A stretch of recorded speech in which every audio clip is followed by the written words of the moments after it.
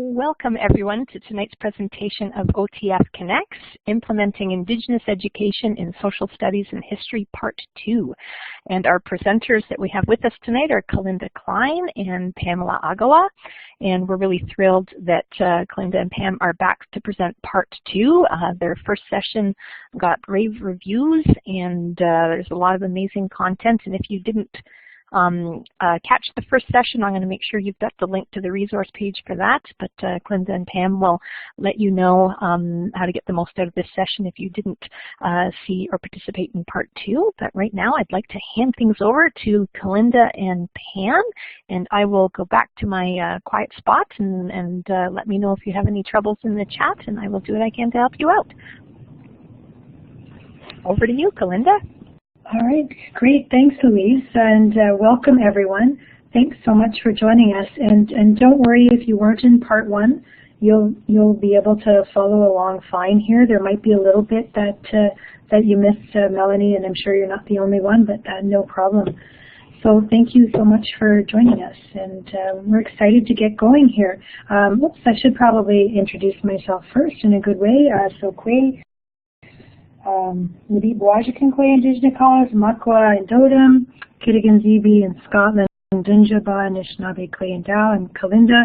I am a curriculum lead for Indigenous Education in Upper Grand District School Board, which is in Wellington and Dufferin County area, and I live in Guelph. And mother of a 17-year-old. So I'll just leave it at that and hand it over to Pam to introduce herself. Hi everyone, Ani, Wawase Manadu Kwe and Dishnakas, Batchewana First Nation in Jinjiba, Mang and Dodam, and Anishinaabe Kwe and Dow. My name is Pam Eglin, and I am the Indigenous lead for York Region District School Board. And I currently reside in Mount Albert with our family of 5 children, so we're very busy. And we just found out 4 of them playing rep hockey, so we're going to spend a lot of time at the arena this year. And I'm looking forward to learning with all of you this evening. Which.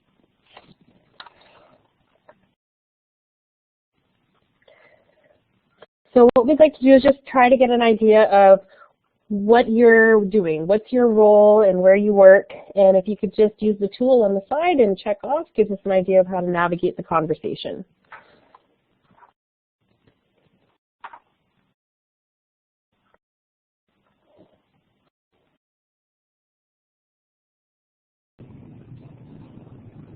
So if you came in late and you haven't used the tool, Louise, can you just let people know where the tool is?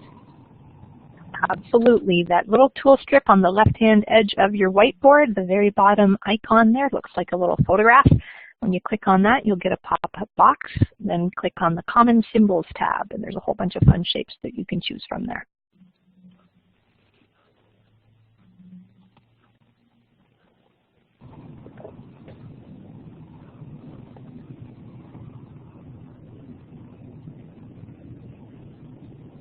Does everyone know how to do that? Because I see there's not quite as many checks or marks there.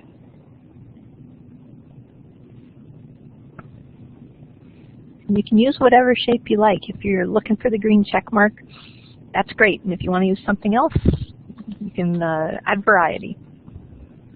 And if you're having any trouble with that tool, go ahead and drop it into the chat. Yeah.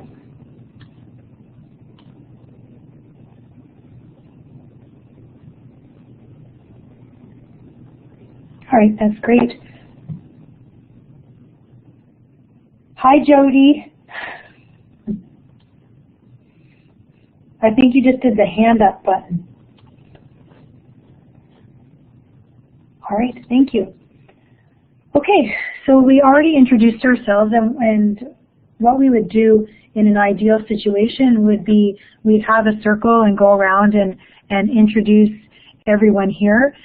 We're also mindful that this time goes by very quickly, so what we'd like to do is acknowledge where people said they were from. So it was great that OTF already has you do a little click on the map, so that way we had an idea from the geography of the province where people are, and then we've asked you what your position is. We'd love to, if we were in a circle and smudging and then having conversation, that would be great. And we also recognize that sometimes that's not practical, and so what we try to do is work within those parameters. Anything you want to add, Pam? No, I think that's perfect. Good, good, awesome. All right, so group norms for the webinar. We want to be mindful of you just monitoring your own participation. So obviously you may have other things. Someone already said they have a child that they won't be participating until she's asleep, and so take care of yourself. And be mindful in the chat of how many people are in the space, so that way we're making sure that everyone gets an opportunity to be heard. To know that everyone is in a different place on this learning continuum, and the fact that you're here is fantastic, and we will all support one another as we assume good intentions. It's also okay to feel uncomfortable and not know the answers to things that we're going to talk about. That's part of shifting the learning. And we're also asking you to stay on point. We're really talking here tonight about Indigenous worldviews and protocols, what it means to do this work in a good way, and to connect that with the new curriculum. So just be mindful that if some of the chat comes up with questions that are not specific to any of this, that we may ask you to park those questions and connect with us in social media, as somebody already did this week with both of us. So acknowledging the land. So what we like to do is also, starting off in a good way, is acknowledging where we are. So we both have our maps in our school boards that let us know what territories are covered from our school district. And so mine is on the right, and so our planning department took historical treaties and overlaid them over top of our board map, and Pam's did the same, so that way we're clear on whose territory we're in and where we are in the board. So it's our social media handles are at the end. So it's really, everyone should make sure that you know. And right now, where I am today, I happen to be in Toronto, so I want to make sure that I'm acknowledging that I am in Mississaugas of the Credit First Nation of the Anishinaabe people. So I'm acknowledging the land where I am, which also happens to be the same land where I live. Pam, do you want to talk about yours? So I'm actually sitting in my office right now, and so we are on the traditional lands of the Williams Treaty for Anishinaabe people. The Wendat and the Haudenosaunee also moved through this area. And for our board, the First Nation community within our region is Georgina Island, and we always like to acknowledge them as partners in education, and partners being that we actually second teachers there. So we have a unique relationship with our First Nation community, and I'm pretty sure we're the only board in the province that does that. And so as Clinda mentioned, we also had Plant Services lay the two treaties that our board sits on, and we always say that it's about a pinky nail up the lines, because these lines were drawn after roads and everything was put in place. So most of the research that we were looking at was before we had settlement and houses in this area. So. If we could just get you to put an X using the clip art, put an X or a check. So if you know who your treaty partners are within your board, could you put a check mark? And if you're not sure, if you could put an X.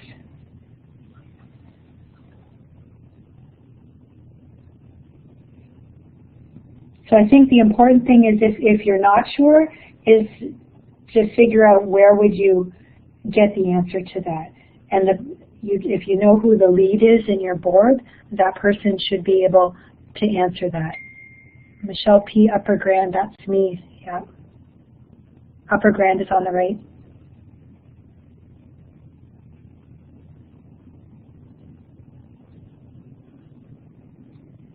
Okay, so some people know and some people aren't quite sure. So if you're not quite sure, it would be really great to connect with the lead in your board and find out, because that's really the first step, is acknowledging whose land you're on.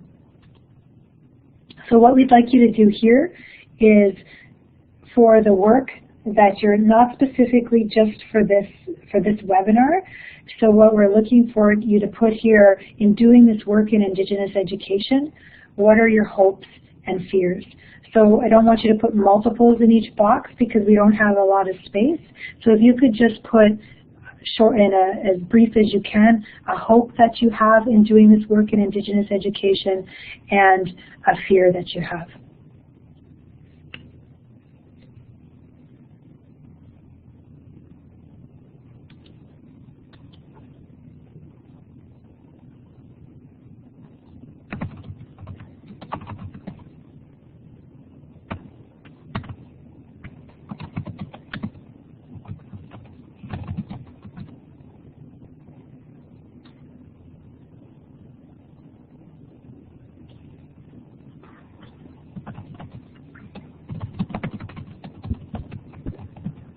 Sorry about that, folks. I just realized I didn't give those of you that might be new to OTF Connects and Blackboard Collaborate instructions on how to use the text tool now that we're on that slide.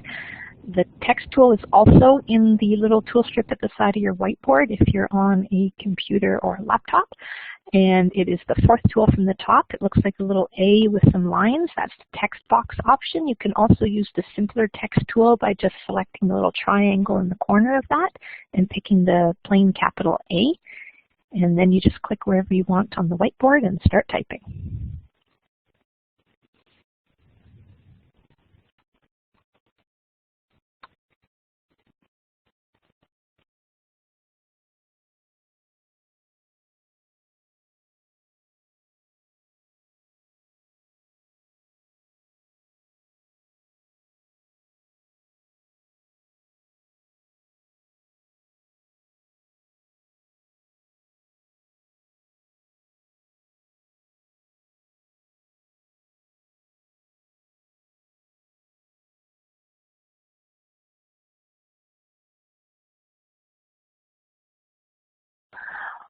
I can see space is a challenge. I'm going to make some adjustments to try and make sure that everybody's text is going to be able to be seen as much as possible. So bear with me.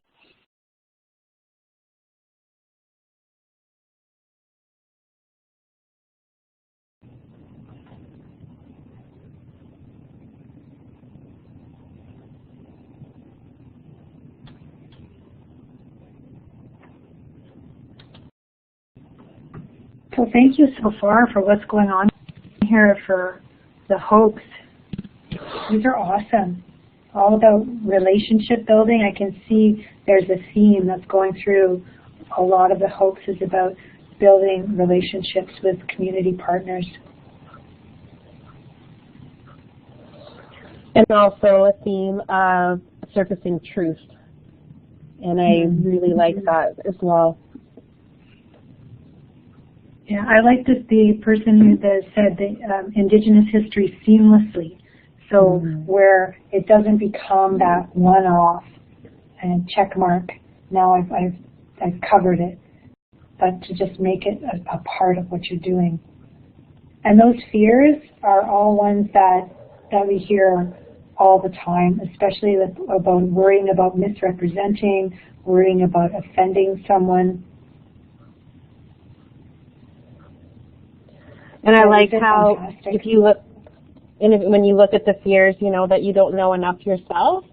But I love how on the hope side you can see there's also to build educator and student knowledge. And so realizing we may be in a stance of co-learning alongside of our students. And I think that, you know, that would open us to a little bit of vulnerability, but I think that's where we have to be able to move the work forward.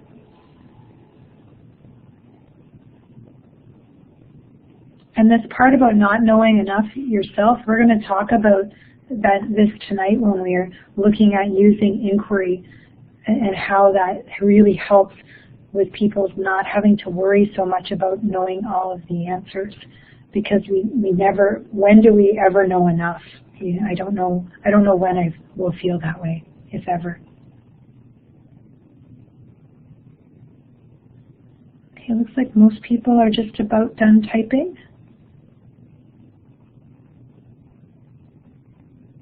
Louise, is that just you moving stuff around now, I think?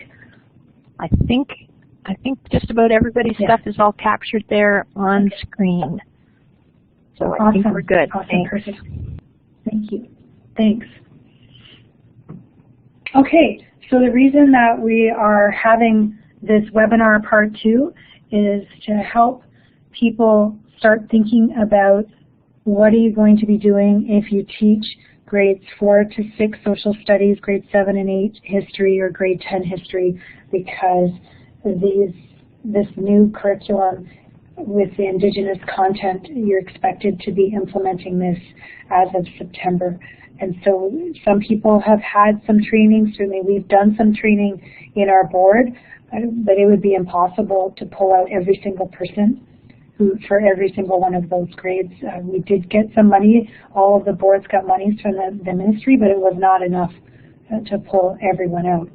So different boards have had different strategies about how they're going about with the training for people. So it's really exciting to me when people are trying to figure out on their own, like you folks, about how do I make sure that I know that I'm doing the right thing. So the links that Louise is going to dump in for you are a couple of them. On the bottom, I have on there the links for the Social Studies 1 to 6, History 7, 8, and Canada World Studies grade 10, that the ministry website and the curriculum section has updated the curriculum. So you can go in there and take a look at that. What we wanted to really share out with you is the pre-publication document, because this one has the changes highlighted for you. So if you go to the links that are on the bottom at the ministry website, then you're going to have the updated curriculum, but then what you're going to have to do is a side-by-side comparison with the old one to see exactly where the changes are. So the pre-publication document is much more helpful, I think, because all of the changes are highlighted for you. So it looks like Louise is dumping that in. If you were in our last session, we shared that link out already with you and asked you to take a look at it in advance for some of the conversations for tonight. But if you're joining us tonight for the first time, or things were absolutely crazy for you and you weren't able to get to it, then no worries. The link is there. Louise just dumped it into the chat. So if you could click on that link, so it'll take you to a Google Drive where we've uploaded that and it's open for everyone to see. Pam, do you want to add something right now while we're waiting for people to look at it? I think it's just taking the time and looking at the changes that are in the document. One of the significant changes is that before in the previous document they were set as examples and now they're part of the overall expectations.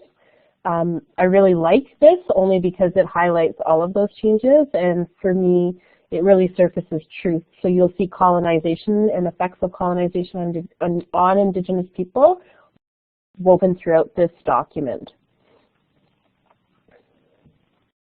So keep this one handy, don't lose this one. Oops, I forgot I was talking away there. I forgot I turned it off.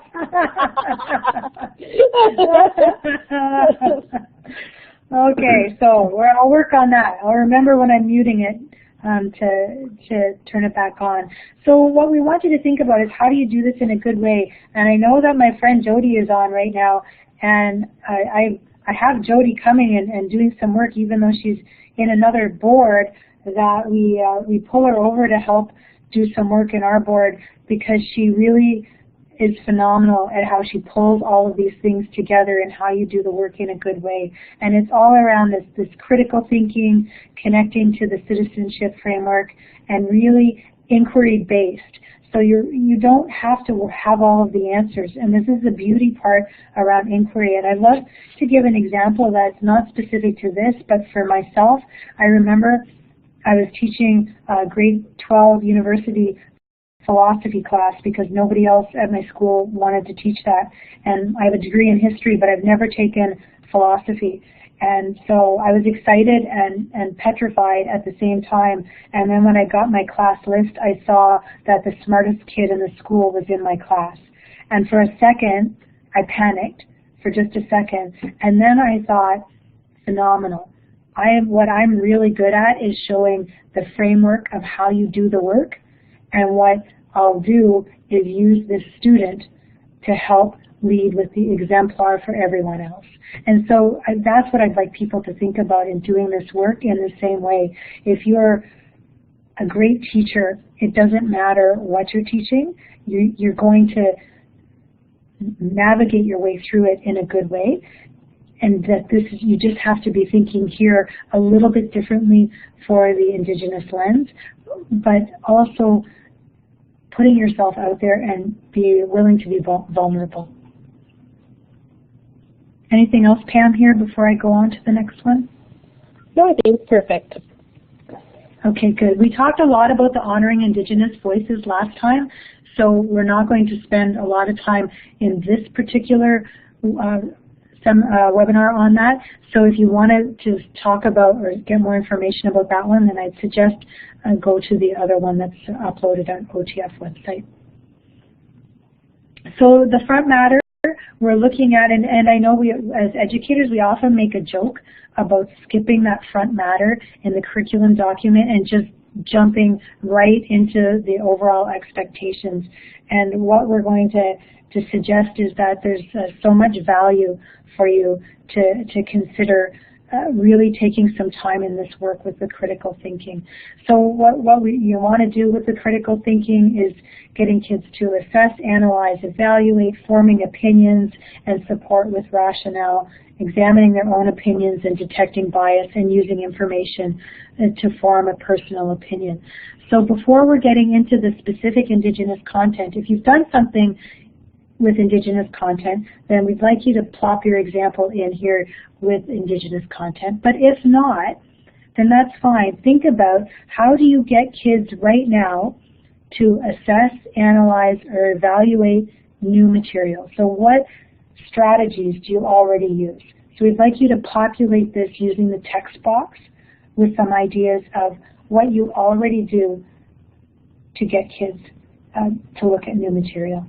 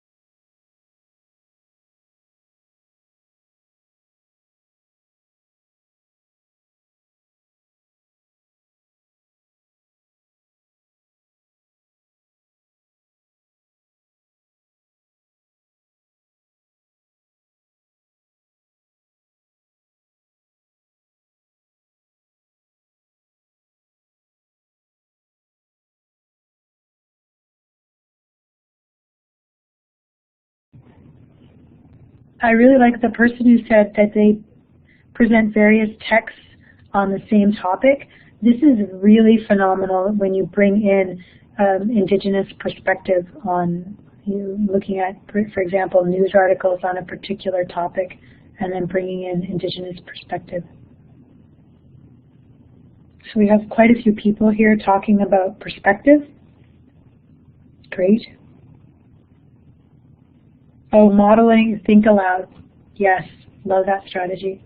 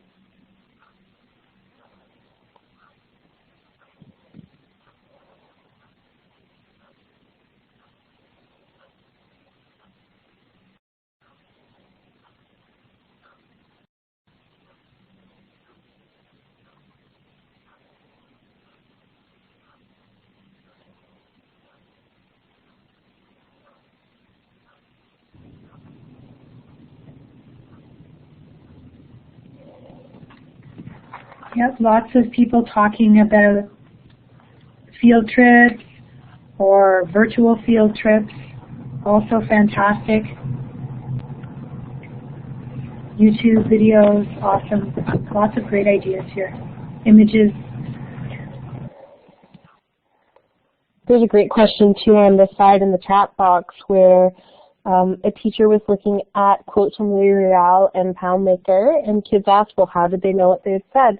And who would have recorded it, probably implying that there would require some translation. So that's a great question, and kids are always thinking about those pieces, but my understanding is that those are stories that are passed down and that are probably have been translated as they've moved through and then shared in its translation, right? So I don't know, do you have any other thoughts about that, Kalinda? No, I was thinking the same. And I just think that that's phenomenal that kids come up with those questions. You know, it shows such a deep level of thinking and understanding of how problematic it can be when we're looking at quotes from people from a certain time period and who was the one who recorded that quote and was it done in translation and all of those things, all of those layers of complication on there. That's great. Okay, we're going to move on to the next one. I think that most people are done. There's a couple, but I don't know if it's Louise moving stuff around again or if it's people still typing. But we want to move on to the next one, so thank you for all of those great ideas on there. So Frontmatter, inquiry-based, and I'm going to hand this one over to Pam. So inquiry is something that's not too new, but it depends on the journey that you're on in your classrooms, and it also depends on the journey and that your board is on. So for our board, this is something we've been involved in for a while, but for some boards, this might be very new. So we thought you could use the tool on the side and locate yourself on the continuum in terms of where you feel you're at, like do a little self-assessment and mark yourself where you feel you're on the inquiry continuum. And again, this will help frame our conversation as we move along. So use your clip art tool, please.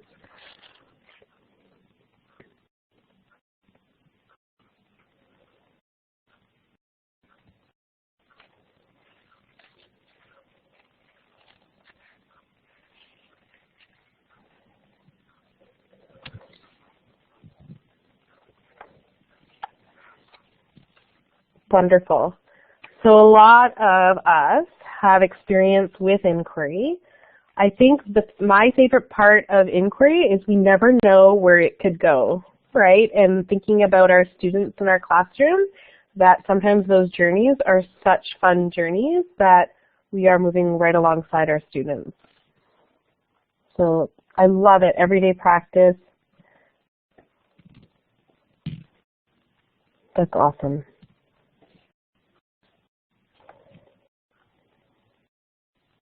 I love when Pam said that it's not that new, and what I think is interesting is that I can date myself, and I went to a teacher's college when it was still called Teacher's College, and I graduated in '92, and everything we did was inquiry. So I found it odd when people didn't do everything inquiry-based, because that's all we did. Absolutely everything was inquiry-based at U of T at that time. That's awesome. Okay. Well, and I was just thinking about in our board, like we started with the green inquiry book as a resource tool for teachers, and now we've moved into the Think book, the THINQ book. So this is just a model adapted from the, as I just mentioned, the Think text. This is the 4 to 6 inquiry-based learning by Collier and Watt. And when we look at how we would have traditionally learned, and then how we make that shift into inquiry learning, and how that transitions in how we ask questions and we prompt thinking. And I love this because it's a good model of where we want to move to when we're working with an inquiry. I wonder if I'm curious as to how many of you have heard of the Think books, and if you use them as a tool to support inquiry in your classrooms. Could they do the poll real quick on that? Oh yeah, that's a great idea. Thank you, Kalinda. Just the poll of who's used the think. So it's the check mark box.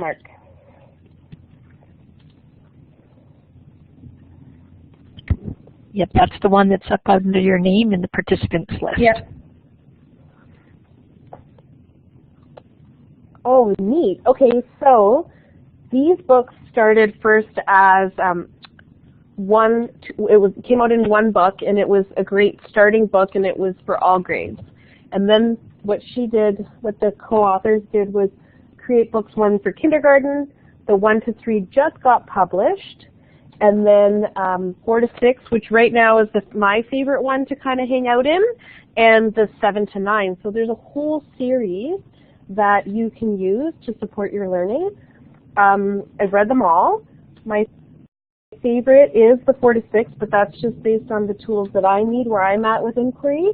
But I do like the new 1 to 3 that we're just playing with right now for the assessment tools. So I like that you can kind of grab resources from all of them, but this is just a great, great tool to support inquiry learning. And it's a quick read. So wonderful. So check it out. It's worth it. All right. So when we think about inquiry, we have 3 stages of inquiry. So as you can see, you can start with modeling and shared inquiry. This is kind of the process we use when we facilitate learning in our board, to just model that process, because most of our teachers may be at that beginner or just new to inquiry. And then we can move through a guided inquiry as we start to become more comfortable with the process around that. And then the students could lead into an independent inquiry. And when we think about that progression of learning, sometimes the independent inquiry takes it to such a deep level of learning. And so you just have to be open and flexible in terms of how you navigate that within whatever subject matter that you are planning to engage in that inquiry. Anything you'd like to add, Linda? Okay.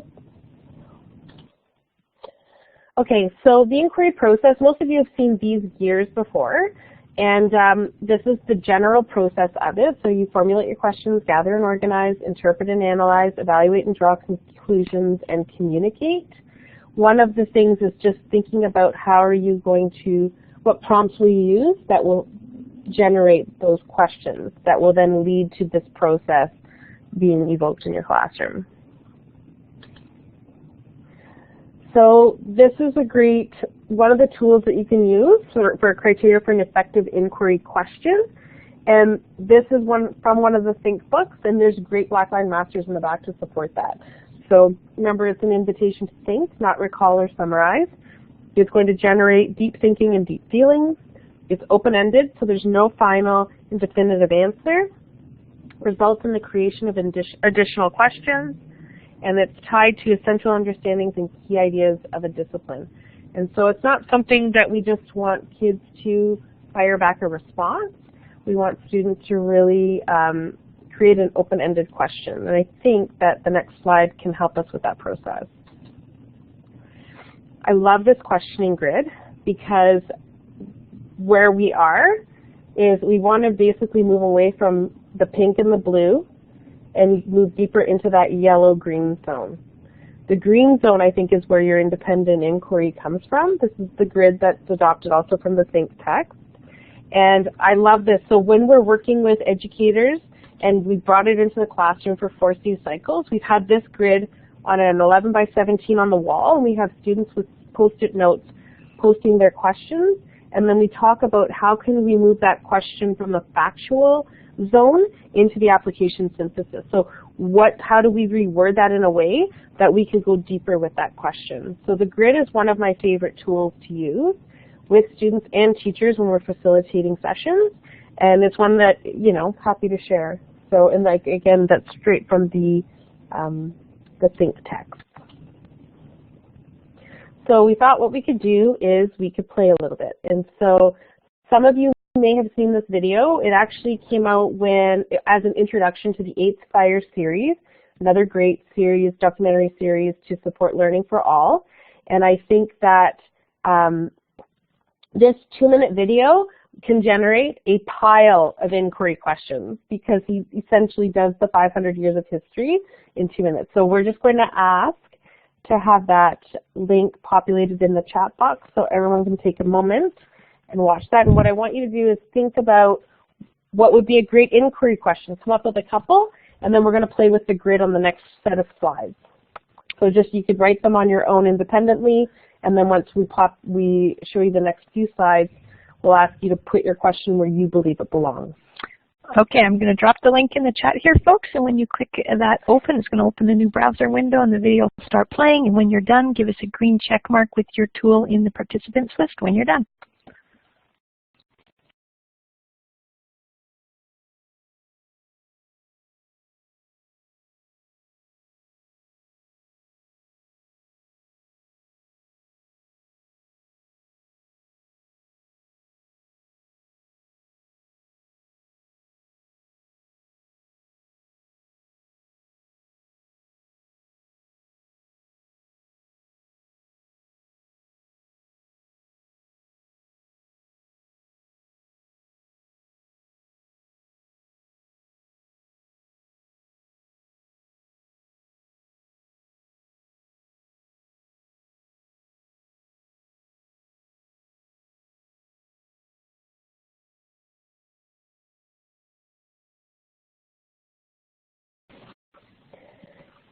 Okay, so it looks like we are moving well with the video, so let's go to this. So if you have a question that you feel like would fit in this pink zone, I'd like you to use the tool and type your question in, please. And if you see a bunch of other people all going into the where is box, if you could populate a question into a different box, that would be fantastic.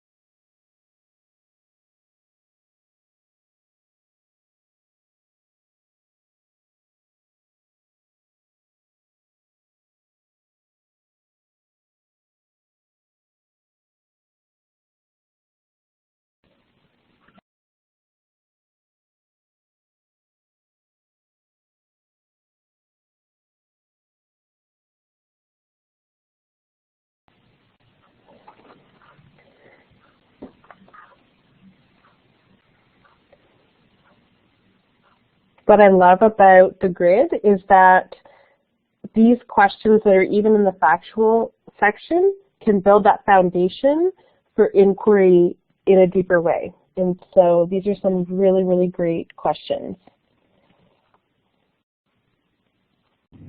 I love that one, who got a seat at the big table. And for the kids to have that concept of what is the big table, what does that mean?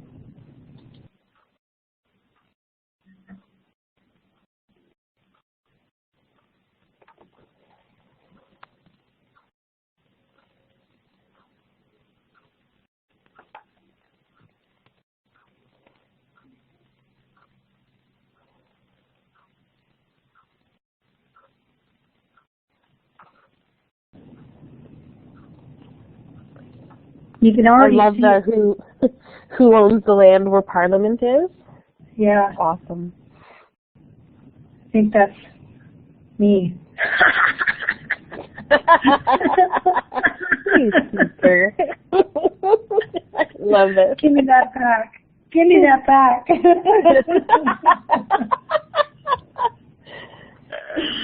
I really love how these questions, you can see that even though we talk about moving questions into different quadrants, you can see how the questions that many of you have already put into this section are ones that really could fit into those other categories too. So even when you're talking about things that are factual, you can get a lot deeper and not have things that there are simple answers for. Perfect. Well, let's try the next grid. This is awesome. Let's go to the next slide. All right, so predicative. So now if you have a question that you kind of sketched out, let's pop these questions into this quadrant.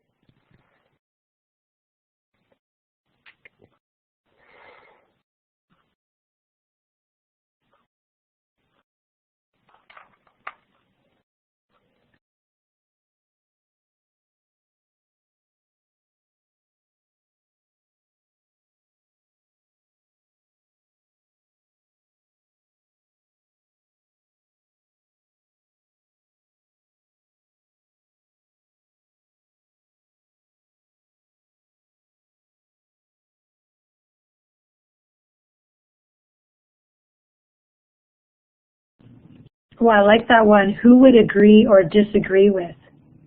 You know, if you're on social media at all, you'll see that there's so many hot topics that will have people strongly agreeing and strongly disagreeing with various statements. Like, for example, recently the doctors saying that they will not do land acknowledgements at their meeting. And then what happened after that? So those are great questions.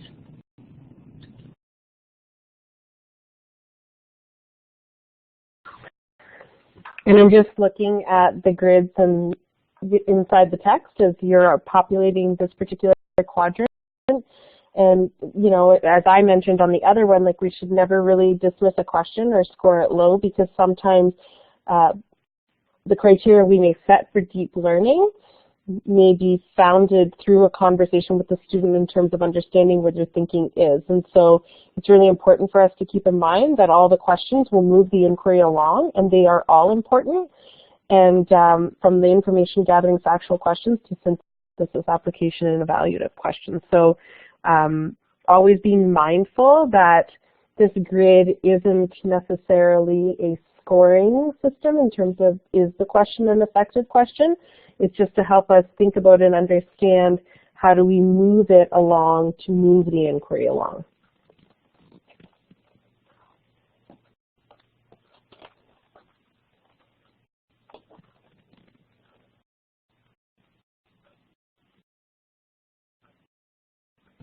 Oh, I like that one. When might Indigenous peoples have felt they had been invited equally to the table? That's an awesome question.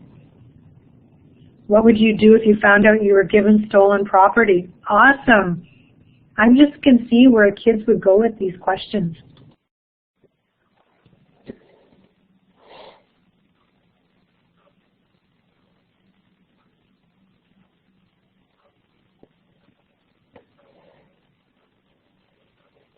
I think that's the part of inquiry I love the best with kids, is that they know right from wrong. And so when we talk about treaties and we talk about lands and we talk about water, like they understand that inequity. And that's what I love about inquiry with kids. All right, after I can see one more person, a couple people finishing up, and then we'll go to the next one. Yeah, there are 3 going on at the same time. Oh, I see that now. Yeah.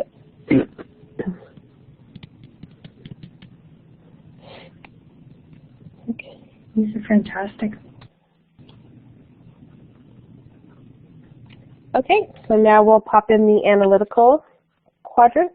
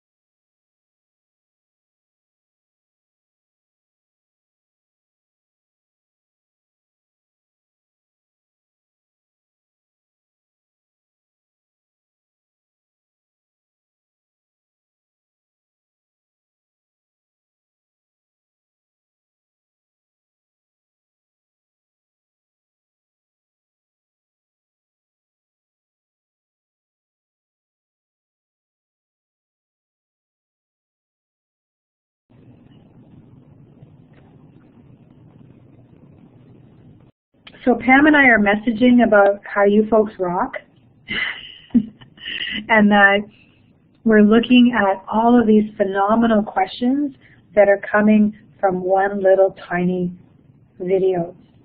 And so just think of this resource that you've already created with each other to share and to be able to use in your classes.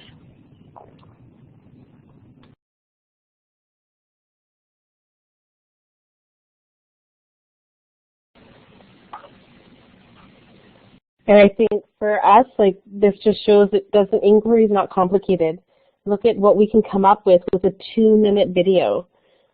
So I think that that's a really important thing to surface as well.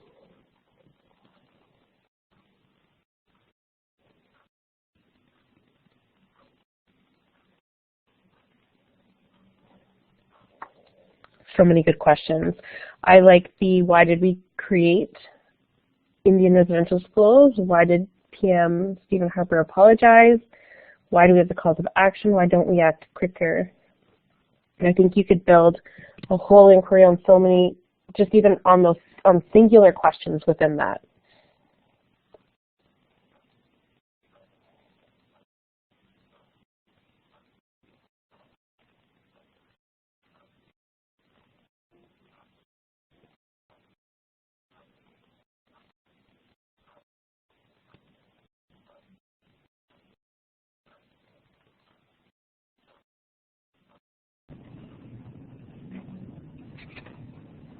Awesome. I love this question in here about why are some people still telling Indigenous people to just get over it. It's shocking to me. And that I actually can't tell you how many times someone has said that directly to me. I don't know about you, Pam, if you've had that said to you a number of times. Several. Several.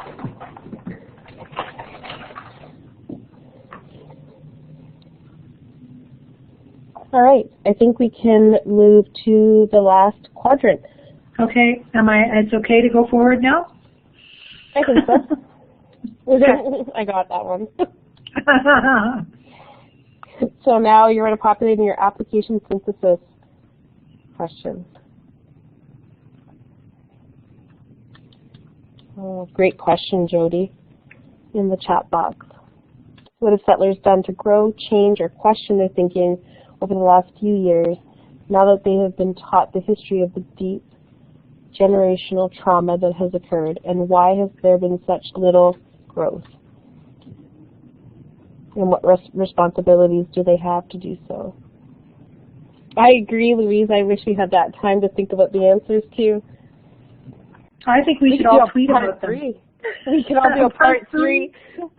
Or inquiry. Let's choose some questions.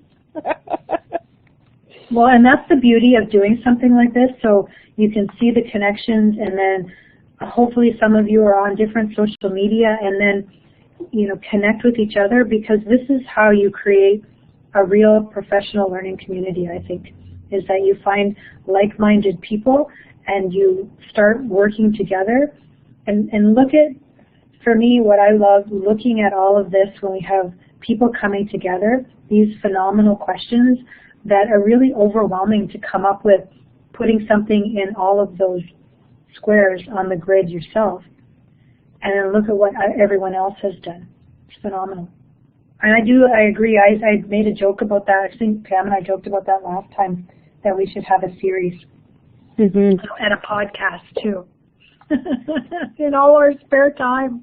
But I think a professional learning series on this to support curriculum enhancements for next year is something to really think about. And you've mentioned that as well, Linda. Can I pick one favorite question so far? Why would we not give back stolen Crown land? I love that question. It's an easy solution in my mind. Like from me, that's when I see when we talk about the return of land, and then people get nervous because they think that Pam and I are going to start knocking on your door and say, we really like this house. We're taking it. off you go. And that's not what people are saying. You know, we're talking about land, and there's so much Crown land that if the Crown land was returned, then I think that Indigenous peoples would be in a much better place. I know those trees.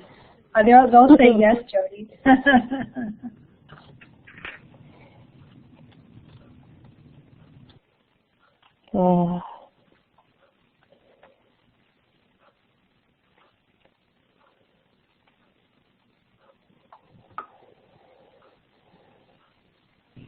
That, how can you chant at an Atlanta Braves games?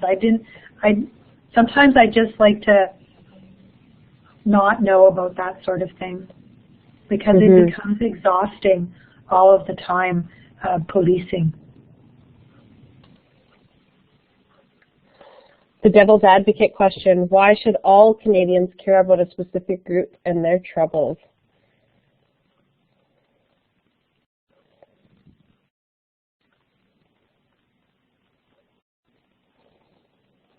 I don't think that's a devil's advocate question. I think that that's a great question around that hopefully would surface the fact that we are the only group of people who has legislation that dictates what we do. So that would be fun to play with.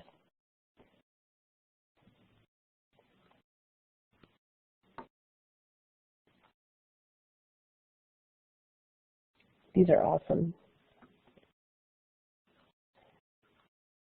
Okay. Did everyone write them all down or screenshot them? I think that these are great.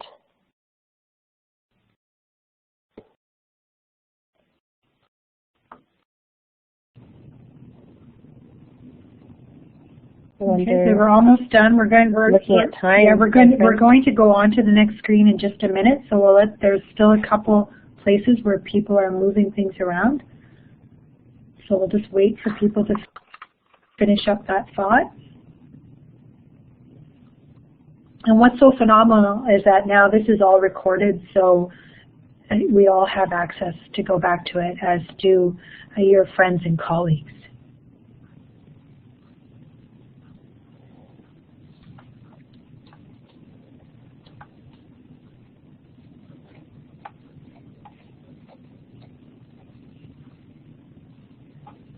That's awesome. Good job, everybody. Yeah. Okay. We're going to go on to the next one now.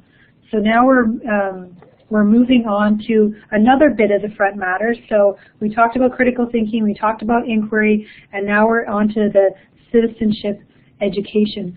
So on the other ones, we gave you all of the information about what it is, what it's about, and why it's important. And what I'm hoping that people could do in here would be to tell us what you think are the key reasons why we'd say that knowing more about Indigenous histories and contemporary realities is important for citizenship education.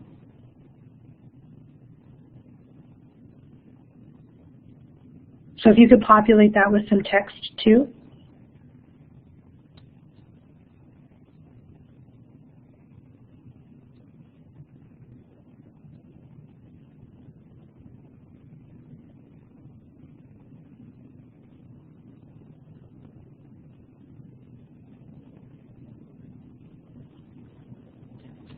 I'll repeat the question, sure. So what I want you to do is to think about what is it that is important about citizenship education with regards to an Indigenous lens. So what is it that we want kids to learn and understand in order to be good citizens of this land? Does that help, Carla?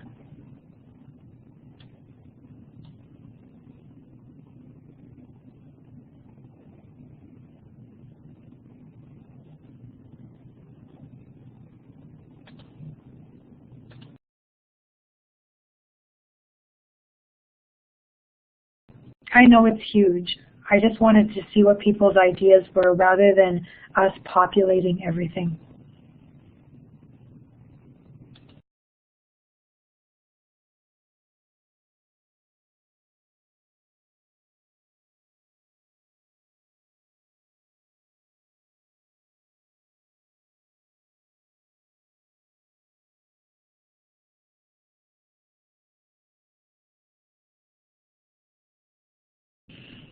That's a great one. Someone talked about singing our home and native land, even the singing of the anthem, and then having to explain to kids when you have Indigenous guests that some of them won't stand during the anthem, and that's okay.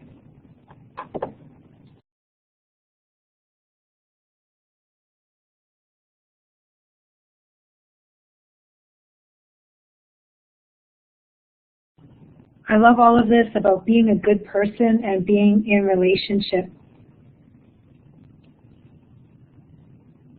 I'd like to share I've been working on this loom feeding and math that I know Pam has been doing a lot of great stuff in her board already, and we've been talking about it, and we finally did it the last 3 days, and we had one of the students in the debrief told us about how it was great, how it was a fun way to do math, that she learned a bit about Indigenous histories around the bead.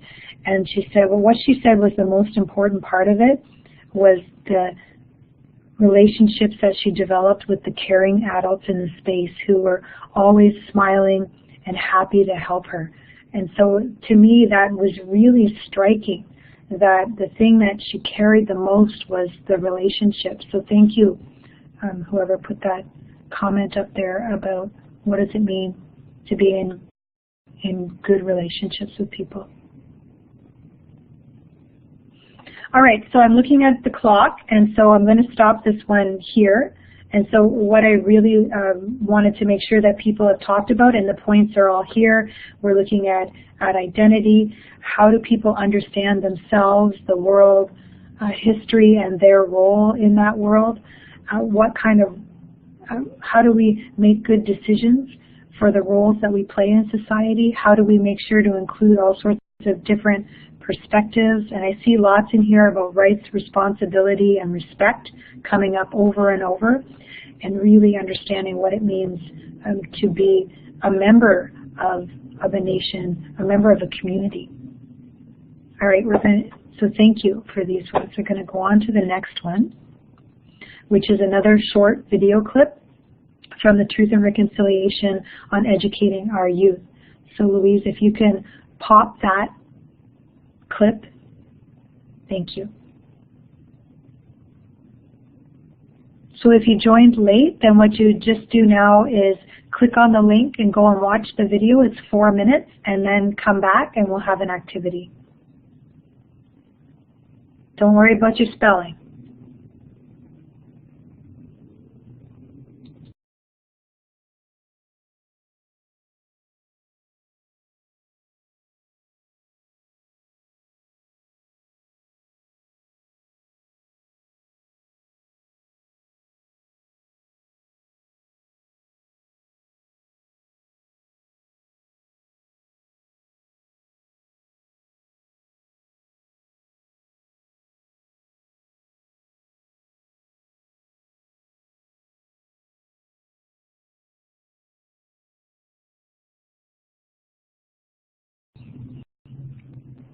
Okay, so people should be finished the video by now, unless they ended up on another side link or had some problems with their connection.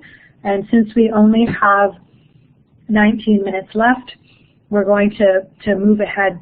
So Pam and I really wanted you to see that video because we need to be reminded about how important it is that we're doing this work for the youth. And particularly the youth that's on the front there. It's so beautiful, how emotional. Yes, you're right, Darlene. I've seen this video because I've shown it many times, probably 20, 30 times, and every time I still get choked up. It's so incredibly powerful when we are putting the student voice right at the center and to remind us about why this work is so important. So we're going to move ahead and go through briefly talking about the curriculum revisions.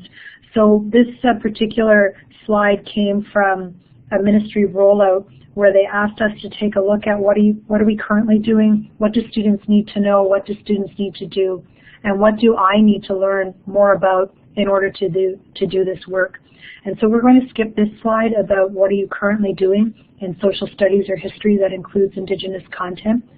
We could definitely populate this page from what we've already seen in all of the questions. We want to move ahead and see what resources do you know you have access. So this is a really quick, we just quickly want you to use the, what's that called again? What are those things called? Clip art, that's it, thank you. Clip art, and put down resources that you know you have access to.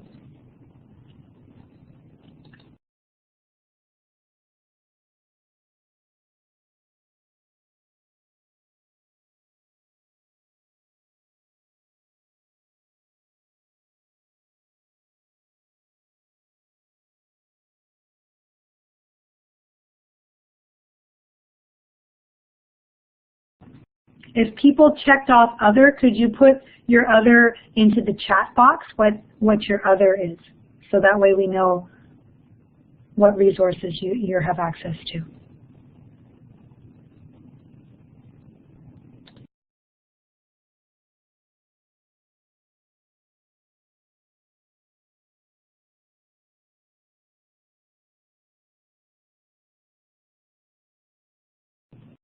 So some of us are the board-based resources and books. Some of the texts, for example, in my school board, I've populated texts that I think are really essential and into every single school library.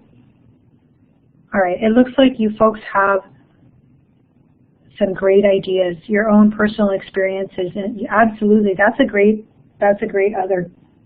When I think about what sort of connections that I have in the community, and thank you whoever highlighted reliable. That's a key point about being a reliable resource.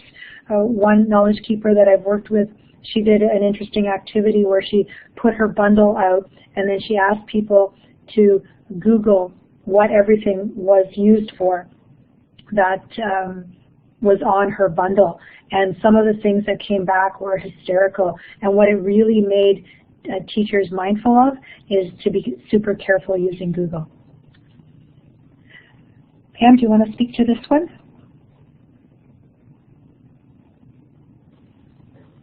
So what we wanted to do is just kind of focus on a couple to give you a flavor of what the new curriculum enhancements look like. And then we want you to think about what do students need to know that is within those new highlights. So if we had a little bit more time, I would have you use that grid that we had showed earlier to extract what students need to know, and then we would think about what the teachers need to know and what's new in here. So just have a moment to read that over.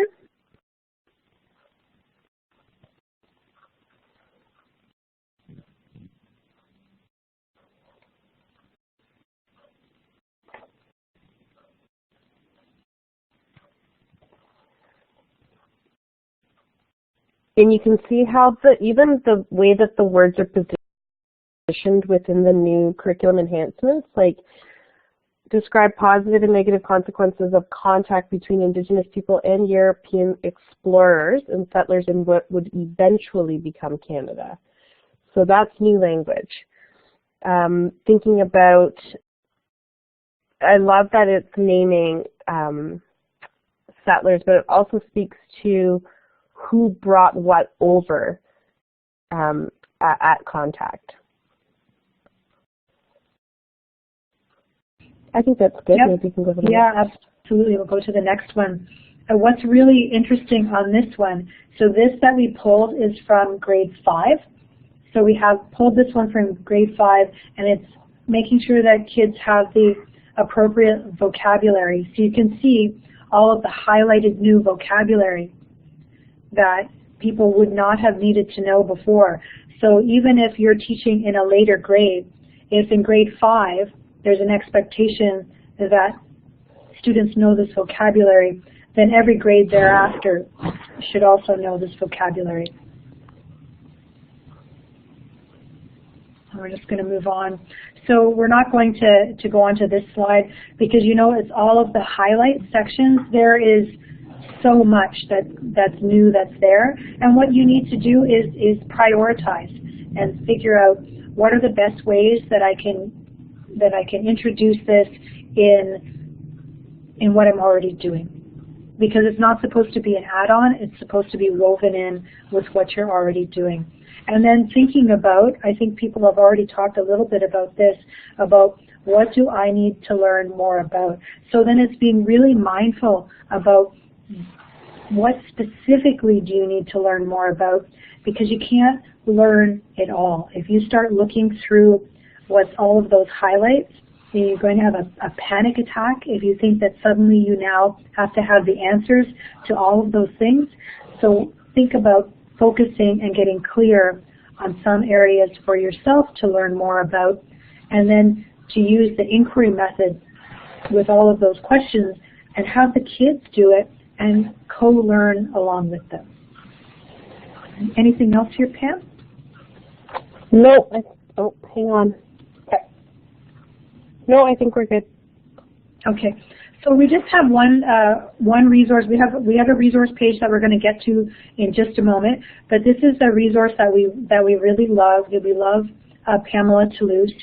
And this one, I think, is a fantastic resource, especially for people who are nervous because they're afraid that they don't know anything or that they don't know nearly enough.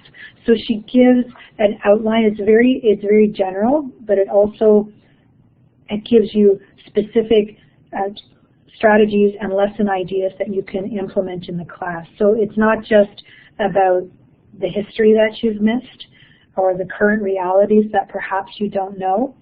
She's also sharing out, as you can see on the far right, ideas by grade in ways that you could potentially incorporate. So phenomenal resource, and we just love Pamela Toulouse. Do you want to talk to this one, or do you want me to talk about this one?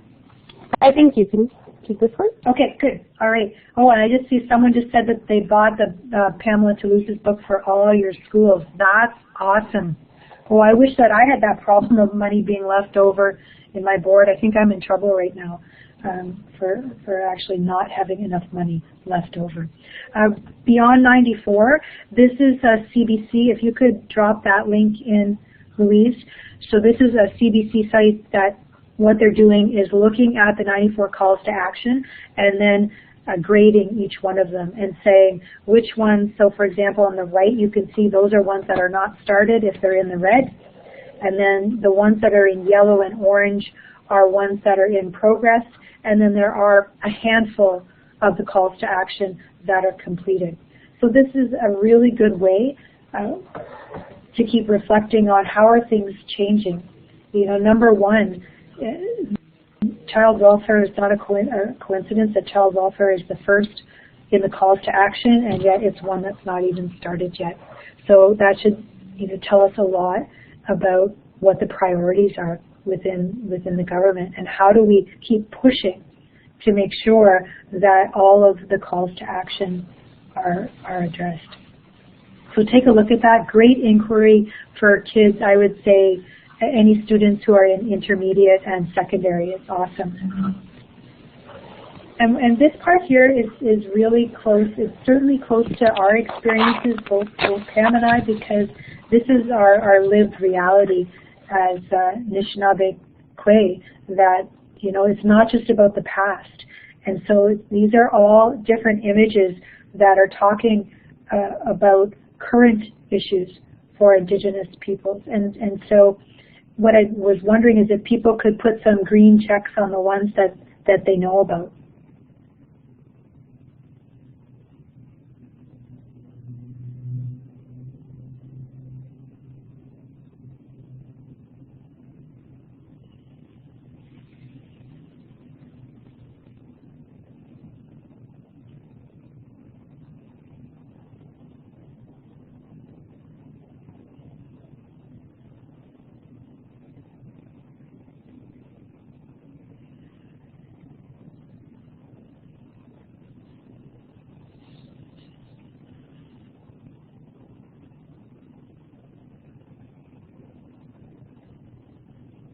That's great. Lots of green checks.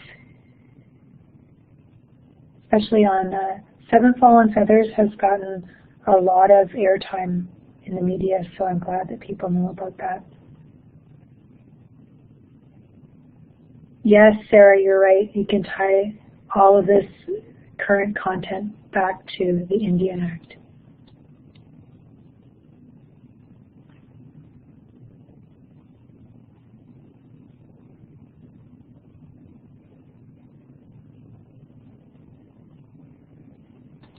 Okay, so I'm moving on to the next one about locating yourself on the knowledge continuum. So we did this with folks in the first one about locating themselves at the beginning. And even if you weren't part of that one, what we just would like you to locate yourself, we had you locate yourself earlier on the inquiry continuum. Now what we'd like to do is locate yourself on the knowledge continuum of Indigenous peoples and history on local, regional, and national levels.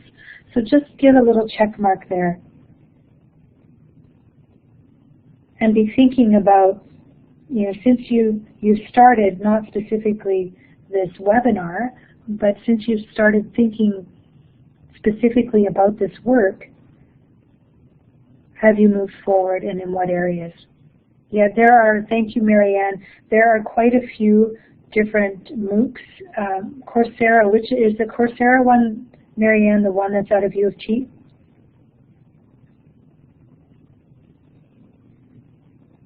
Oh, Alberta, okay.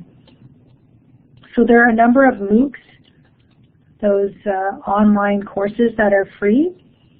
There was one, the one that Marianne said is out of Alberta. There was one, and I think I started that one, and it was great. And there was one out of BC, and then there was one out of U of T. So that's awesome. That's awesome. Thank you. So this is really important to reflect on yourself and where you're at. So Pam, do you want to talk about the collaborative resource in our last little bit of time? Sure. Can we go back to the last slide just for 1 second? Because I think for those who are new and weren't in our first session, these ideas of how this continuum was created was based on a resource a friend of ours, Brad Baker, had created, and we just kind of extracted pieces of it to turn it into a tool to support the conversation for tonight. So I just wanted to acknowledge Brad on that slide. So thanks. Okay, yeah. Okay. Thank you. Sorry, I kept forgetting about people weren't. We did acknowledge him last time. But you're right. Not everyone's new. Some people are new. Thanks. Mm-hmm. I gotcha. Okay. All right. So one of the things that, and I know someone had mentioned it in the chat as Kalinda was talking, I was following along, that they were building a collaborative resource within their board. And so one of the things that we started in our first session was we thought we could do that here, because this could be something tangible that you could take back to support you in your work with the new curriculum enhancements. And so we've done that where we created it within Google Docs. And I'm pretty sure on the next slide, we may have perhaps, yep, there are the links. So and you'll look and see that some people have already started to populate that. And so Kalinda and I have been kind of following along and checking in on what's there. So it's not like everyone's putting things in and no one's kind of just peeking to help support and guide. We are keeping an eye on that particular doc, on both of them. And you'll notice that we put them in two spaces. One is looking specifically at resources that would support the implementation of those curriculum enhancements. And the next one is for you as the educator, things that you could use, tools that you could do to help build that foundational knowledge that you're required to implement those curriculum enhancements. So we encourage you after this session to go back, open up those links and contribute things that you may have used, that you find very useful and that have worked well, that we can share the wealth and the ideas, because there's no point in reinventing the wheel. Yeah, exactly. And there's so many resources that are out there that we just don't have time individually to read all of them, and to be creating lists. And we don't want to be creating things that are just in-house necessarily within a board, because we want to look at our professional learning communities as expanding beyond that.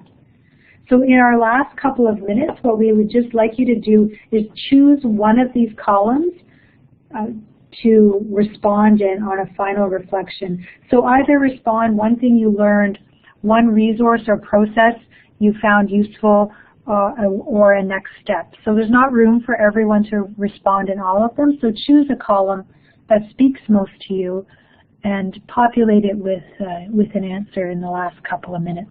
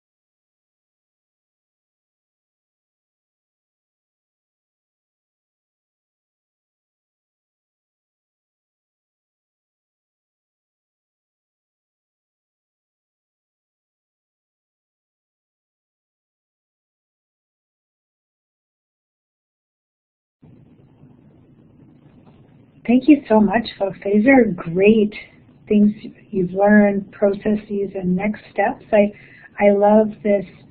Someone is typing in about the importance of online opportunities like this. We found that we were so excited after the last one that Pam and I are doing a plug for potentially doing something for leads that would be like this. So we have more opportunities to sit in like this.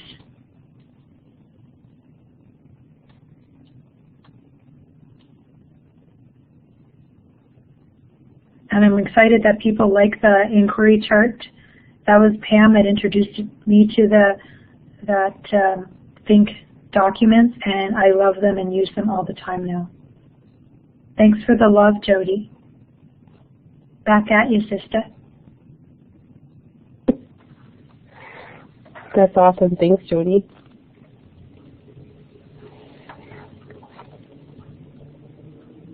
And with the Think resources, like there are so many. So just take the time to find the things that'll help you. And as I said, for me, one book was stronger in one area than another. And so make sure you play with them first. If you're in a leadership role or a central regional role that you could purchase a resource, play with it first before you invest in a set. Because you want to find the resource that works best for your teachers and staff. That's great, Louise. We're at 9 o'clock. I didn't think we were going to make it. We did skip some of the slides because of time, but I think they're ones that if anybody wants to go in and take a look afterwards, then you can answer those for yourself and think about how that informs your practice. Miigwech, everyone. That was wonderful. A huge miigwech back to you, Pam and Kalinda, and to all the rich dialogue. And I just am so excited about all the ideas that I know you guys are going to all run back to your classrooms and have those conversations with your students and with your colleagues and make sure that you're really bringing those Indigenous worldviews and perspectives and drawing all that out of the newly revised curriculum. So thank you so much, everybody. There's probably 10 more webinars I think that we could go through on this. I've already texted Syria and put a plug in for more on this, and I am going to move ahead if that's okay. We do have a couple of little things in here. There's Pam and Kalinda's handles again. I'll drop those back in the chat as well. I also want to make sure that you guys get connected to your feedback link, because you can let OTF know directly about what you loved and what you'd like to see more of in regards to this session. So please do fill out the feedback form, and I'm just going to go and grab that link and drop it directly in the chat. That link that's on the whiteboard, you can actually go ahead and click right on it. And here's the feedback survey into the chat as well. And also don't forget that there are lots more OTF Connects webinars coming still for the rest of May. Lots more on all kinds of different topics, so don't hesitate to go back to the OTF Connects calendar and sign up for more stuff that's coming up. I'm going to drop that link in the chat too. And I'm also going to make sure before we exit out today is that you've got the links right here. You're going to get these by email tomorrow as well. But there's the resource page link for this webinar. The resource page is already updated with everything except this recording for this session. All the links, everything that we shared tonight is already there, as well as the link to the resource page for part 1. So you can go back and look at those resources and watch that webinar if you didn't have an opportunity to participate the first time around. And of course, please do stay tuned to your OTF Connects emails and share this wonderful resource and tell people about this session so that they can go and watch the recording and share those resources too. So thank you everyone so much, and thank you Pam and Kalinda. Take care for the rest of your evening, and we hope to see you all again soon.